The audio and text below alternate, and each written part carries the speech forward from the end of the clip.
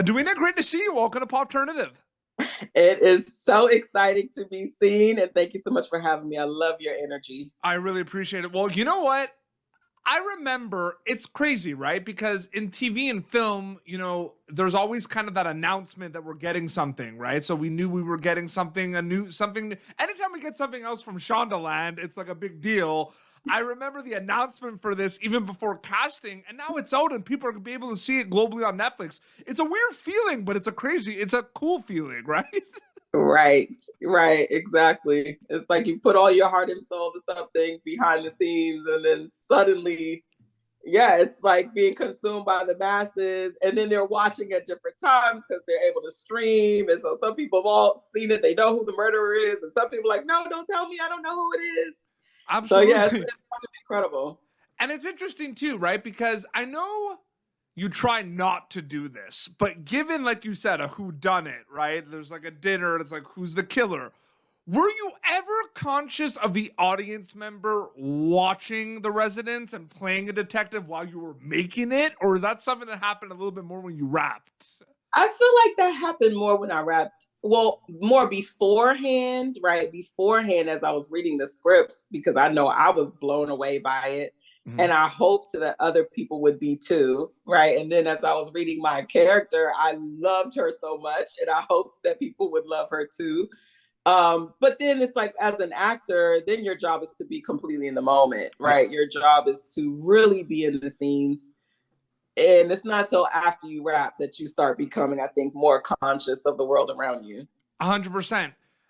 That script to screen journey is always really interesting because I feel like it's always going to be different every time with your character, with Sheila, kind of getting those pages, getting those scripts. And I feel like even like early stages of getting to know this character, maybe like for audition processes, maybe you know a little bit, maybe you don't know a lot, maybe you know enough. But like, what was that like kind of reading everything in the scripts and then seeing it come to life on screen, so to speak, with this character? Yeah.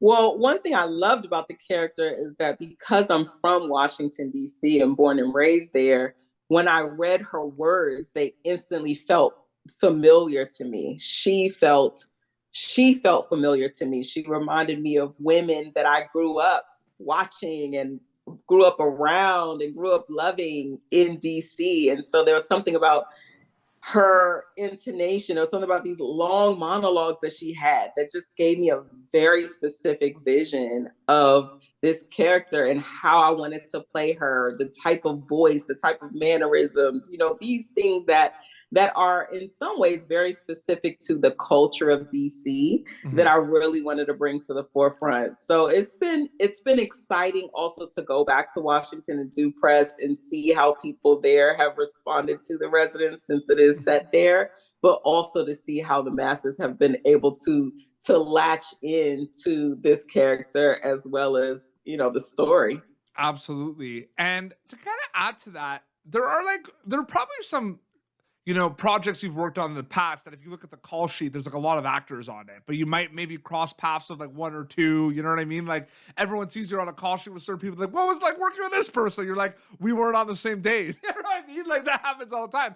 With something Right. like this, there was a kind of chance for you to obviously have a lot of scenes with certain people, but you had like a good amount of scenes with a lot of different people. So what was that like compared to something else I was talking about where you're only kind of working with one or two people in an ensemble cast? Yeah, it was wonderful, first of all, because a lot of us kind of go way back as far as relationships. So people like Isaiah Whitlock, my very first TV show, The Wire, was with him. Hmm. Also, Uzo Aduba, Susan Kalechi Watson, we knew each other from New York theater, from So it's like a coming out of reunion. drama school, right? And Yeah. like just starting out our journeys in the same place in New York. So it was amazing. It was very full circle to kind of Mhm.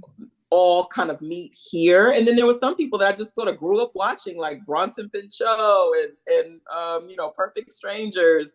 My kids love Alvin and the Chipmunks. So Jason Lee being there is like, are you the dad from Alvin and the Chipmunks?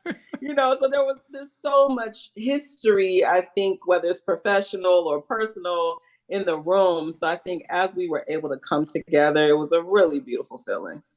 You started the beginning of this interview talking about the fact that you work on this thing, it wraps, you wait, and then it's out of your hands and it's disseminated to the masses globally on Netflix.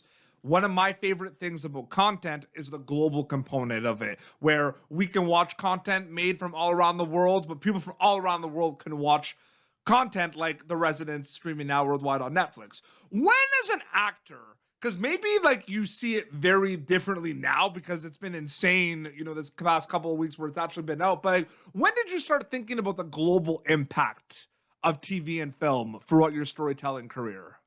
Yeah, I think when I really started thinking about it was when I was doing a series with Amazon. And so it was filming in London, but really it filmed in London, South Africa, Moldova, Vancouver. And I started realizing just how, and it just feels like even since COVID, it just feels like the world opened up, right? Like, so we were kind of in our bubbles. And then once everything went virtual, we realized that, oh, we can be connected across the world immediately right now through technology. And I think also during that time, there was this big surge of global content and global shows, that it wasn't just about the broadcast model that we were used to. Yeah. So once I kind of got into that streaming model myself as an actor and doing a show that was global, I realized the global reach of it. And so coming into Netflix and realizing how big of a scope Netflix now has, which is all over the world, it's been wonderful, you know, to really think about, wow, how will people, you know, in Asia, or how will people in Africa, you know, feel about watching this show? And that is very special. The quickness of it too, like it drops and then it drops across all the different time zones, right? So wherever you are in the world, you might have waken up to have breakfast and then people have already watched it and binged it. Right, right. At midnight. Yeah, suddenly, you know, I left our premiere and got directly on a plane. So I left the premiere party, got directly on a plane, flew to DC, got to DC, went to the White House, and literally turned around and people were like, the residents, you. Like, they're looking at the White House and looking at me, and looking at the White House and looking at me. And I'm like, you've already seen the show? Like, I just got off the plane from the premiere. You know, it just launched at midnight and they had already started watching. I wanted to ask you about this, and maybe these conversations happened, you know, before filming or after filming, because like you said, while you're filming it, you're dialed into the moment. But one of the things I loved about the show is how it was filmed. There's some shots that it feels very immersive. Like, it feels like I'm there sometimes too. And I'm wondering, did you have any conversations with the directors or the DPs at all about that, or how it was filmed? I'm just curious about that. Well, I certainly didn't direct them in their area. But the things, you know, there were times where I might see an early cut, or may visit the set because there's a scene that I just love so much that I want to actually watch it in the monitors.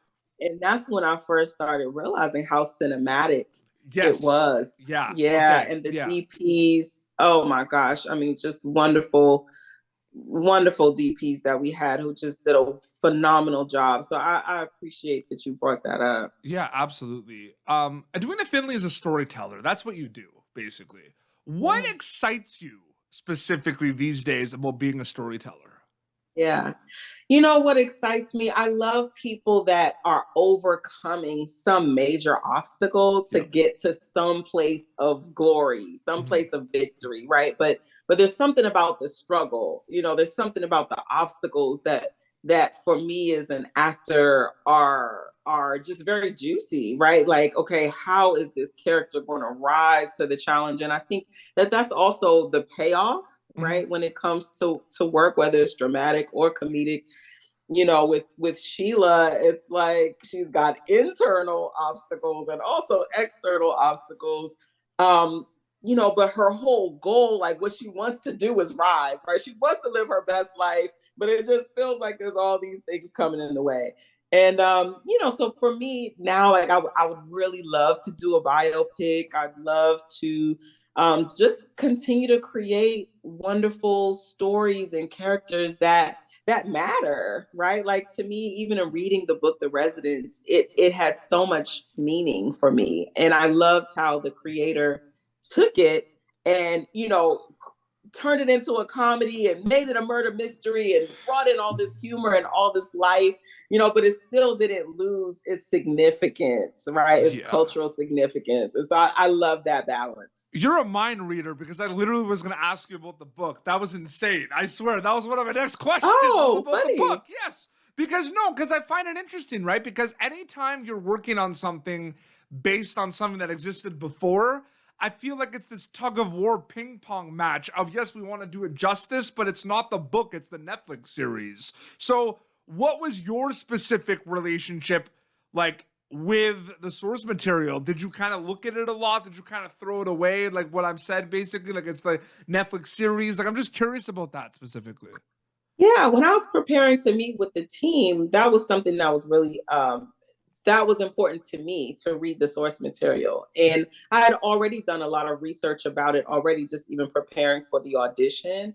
But once I read it, I felt even more connected because my grandmother worked in the White House. When I was growing up, there was so much White House paraphernalia, and there were always pictures with my grandparents and the presidents, and like each president for probably 12 years. Mm-hmm. And so that was a big part of the legacy that I was born into and loved. And so when I read so many of these intricate stories in the resident's book, I just felt like my heart just really opened up too. And it added this whole other layer to Sheila. It helped me to create a backstory for her. I found out through the book that a lot of people are hired through some kind of family line. It's not like they just put it out on Indeed or Craigslist, like, hey, there's a job in the White House, right? Yeah. Like a lot of it is very internal. And so that helped me too, because I'm wondering, how did Sheila get this job? How was she hired? Like you have all these questions. Absolutely. Yeah. And that helps to craft a performance. Yeah, no, absolutely. And you did an amazing job as Sheila. I love the show so much. I was dialed in right away. And like, again, this was very hard. We didn't talk about any spoilers. I feel like you did a very good job today, which is awesome. The Residence is streaming now worldwide on Netflix. Edwina, it was an honor and privilege to speak with you. Thank you so much for your time.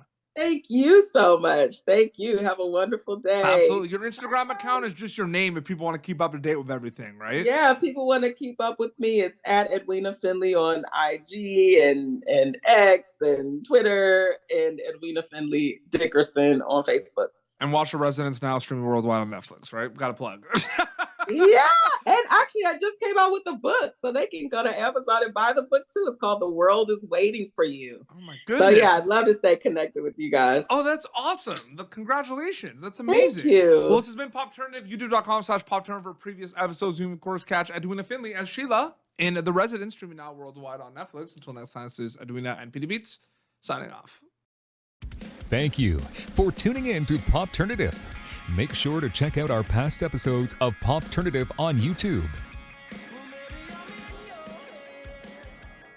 This has been an Autograph Communications production.